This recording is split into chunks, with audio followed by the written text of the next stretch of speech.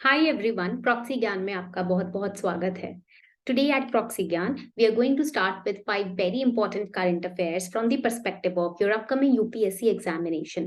आने वाले UPSC 2024 exam के पर्पस से हम ये डेली करंट अफेयर्स प्रॉक्सी ज्ञान पर आप लोगों के लिए लेकर आते हैं, जिससे कि आपकी करंट अफेयर्स का जो होल्ड है वो स्ट्रांग हो सके। जितने भी important GS paper 2, GS paper 3 related articles हैं वो मैं कवर करती हूँ डेली, और इसके जो नोट्स हैं वो भी आपको हमारे टेलीग्राम चैनल प्रॉक्सी ज्ञान पर डेली मिल जाते हैं। तो basically I hope that you are following these lectures, you are also understanding the nitty-gritties of these lectures, you are understanding कि how analytically you have to read the current affairs। Notes भी आप अपने ये नहीं कि accumulate करके रखते हैं साइड में, आपको उसको डेली रिवाइज भी करना है। रिवीजन उतना ही इंपॉर्टेंट है जितना नोट मेकिंग इंपॉर्टेंट होता है।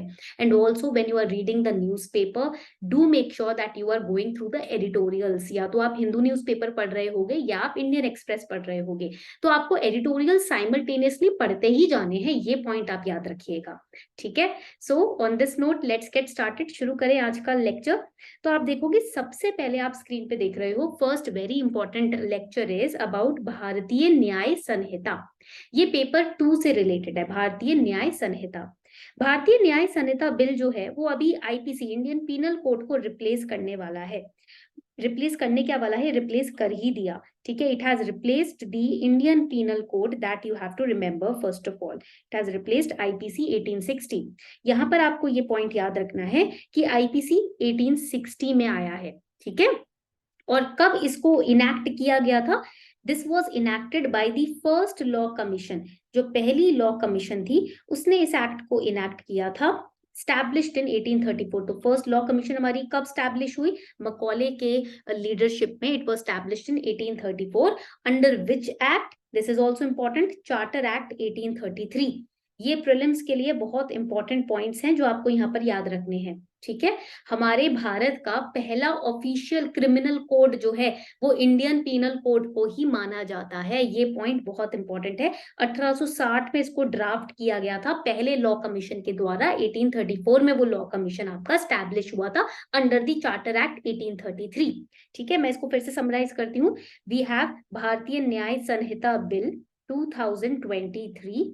नाउ मैं यहाँ पर लिख देती हूँ अगर आपको उस तरफ दिख नहीं रहा होगा, ठीक है। We have the Bharatiya Nyaya Sanhita bill 2023। Basically it is going to replace the Indian penal Code 1860। Indian penal Code is India's official criminal code and it was drafted in which year?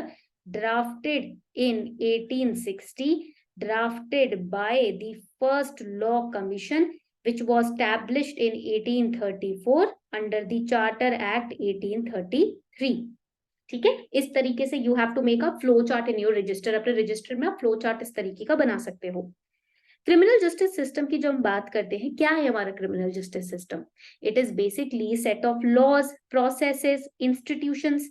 M क्या होता है इसका? एम होता है किसी भी तरीके के क्राइम को प्रिवेंट करना, रोकना, डिटेक्ट करना, पहले से आइडेंटिफाई करना, प्रोसिक्यूट करना, ठीक है, एंड फाइनली पनिश करना, और लोगों के राइट्स एंड सेफ्टी को मेंटेन करना कंट्री में। वो काम होता है क्रिमिनल जस्टिस सिस्टम का, ठीक है।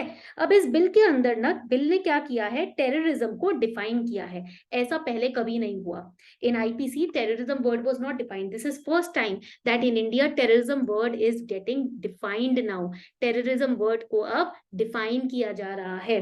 Basically it can mean separatism, any kind of activity that you are doing in India और outside India which can impact the security of India, ठीक है। आप भले ही बाहर कोई ऐसी एक्टिविटी कर रहे हो जिससे भारत की सिक्योरिटी पे क्वेश्चन आने वाला है या खतरा आने वाला है, तो that would also be known as terrorism. And it is repealing, it is cancelling the offence of sedition. Sedition एक ड्रैकोनियन लॉ माना जाता था, काफी क्रिटिसाइज्ड था, because it was created by Britishers to arrest the Indian national freedom fighters. Indian national freedom fighters को arrest करने के लिए ही तो सेडिशन वर्ड यूज किया गया था, ब्रिटिशर्स के द्वारा ये लॉ बनाया गया था। That is why it is repealing it, okay. And it prescribed capital punishment as maximum sentence for mob lynching. So in order to make sure कि मॉब लिंचिंग आगे फ्यूचर में ना हो, मैक्सिमम पनिशमेंट अगर आप मॉब लिंचिंग में जिम्मेदार पाए जाते हो तो that would be capital punishment, ठीक है, अल्टीमेटली डेथ पनिशमेंट। यहाँ तक पॉइंट क्लियर हो गया सभी को? सो दिस वाज योर भारतीय न्याय संहिता, ये था आपका भारतीय न्याय संहिता। आगे बढ़ते हैं। अब देखो इस पर्टिकुलर बिल में एक और इंपॉर्टेंट एस्पेक्ट है। अब क्या इंपॉर्टेंट एस्पेक्ट है वो देखते हैं। It proposes 10 years imprisonment for sexual intercourse with women on false promises of marriage. अब आपको पता है औरतों के साथ, महिलाओं के साथ ये काफी केस हो रहा है भारत में कि झूठे वादे करके उनके साथ फिर सेक्सुअल इंटरकोर्स या इस तरीके का हैरेसमेंट, मॉलेस्टेशन किया जाता है। जस्ट उनको ये वादे, झूठे वादे, प्रमोशन का वादा हो गया, शादी का वादा हो गया, ठीक है। तो all of these now offences will come under 10 years imprisonment. अब इसमें पनिशमेंट क्या मिलेगी अगर ऐसा करता हुआ कोई पाया गया? 10 साल की सीधा सीधा जेल, ठीक है। And the bill introduces community service as a form of punishment. अब आपने देखा होगा जितने भी फॉरेन वेब सीरीज है, हॉलीवुड की जो आपकी मूवीज होती हैं, वहां पर if you are found doing petty crimes, stealing etcetera, in that case you are given community service as punishment, wherein you have to go to orphanages, old age homes to serve people, है ना। तो इससे क्या होता है? It create social awareness among the people who have committed these petty crimes. It also reforms their mindset and thinking, है ना।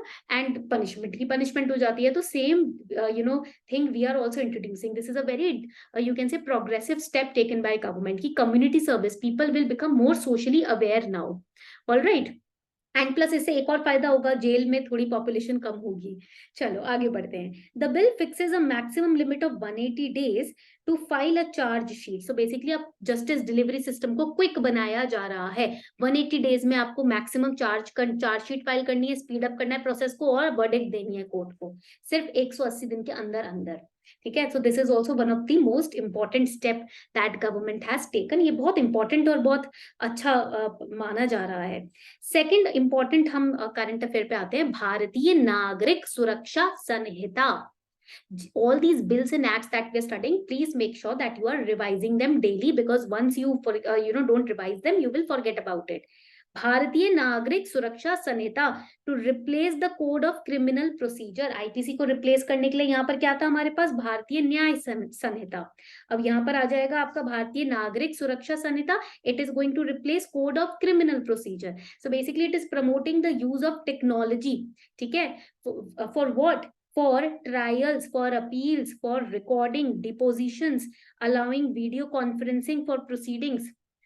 अब कोड ऑफ क्रिमिनल प्रोसीजर में क्या होता है? क्रिमिनल जस्टिस डिलीवरी सिस्टम यहाँ पर आती है सामने। यहाँ पर if you are an accused, even then you can send your deposition through video recording. आप वीडियो रिकॉर्डिंग के थ्रू भी अपने डिपोजिशन, अपना स्टेटमेंट यहाँ पर रख सकते हो सामने। तो बेसिकली आप देखोगे इन सब बिल्स में ना टेक्नोलॉजी जो है उसको इंक्रीज किया जा रहा है। Technology is getting more and more imbibed by these bills. This is a very progressive mindset. If ऐसे का पेपर आता है, एथिक्स का पेपर आता है, they ask you about the usage of technology, you can very well quote these bills as example. Okay. अब इसमें होगा क्या? The bill basically makes video recording of statements of survivors of sexual violence compulsory. You have to make their video recording of statements also, because once the people who have been harassed, they give their statement, and then because of fear of the society or fear of the other people, they take back their statement. So police will be ordered कि you have to take their video recording, so that कल को अगर वो पलट जाए तो हमारे पास एक प्रूफ होगा कि इन्होंने ये स्टेटमेंट दिया था, ठीक है। मैनिपुलेशन नहीं होगी किसी तरीके की। This is a very progressive step. The bill mandates that police must inform about the status of a complaint in 90 days। तो इससे क्या होगा? Justice delivery system will become very quick, accountability होगी, पुलिस के ऊपर एक रिस्पॉन्सिबिलिटी आएगी that we have to give the complaint finally in 90 days। Section 41A of CRPC will be renumbered as section 35। इन सभी बिलों में ना सेक्शंस कम किए गए, ये पॉइंट आप याद रखिएगा, ठीक है। आगे बढ़ते हैं। और जो पनिशेबल ऑफेंसेस हैं वो लेस देन 3 years रहेंगे, या फिर 60 years के जो 60 या 60 से ऊपर के जो एज के जो लोग हैं उनके लिए 3 साल से कम की पनिशमेंट ही उनको दी जाएगी। The bill requires that police consult the victim before withdrawing a case. हाँ, दिस इज वेरी इंपॉर्टेंट। अगर पुलिस केस को विड्रॉ कर रही है तो पहले विक्टिम से जाके कंसल्ट करो, ठीक है।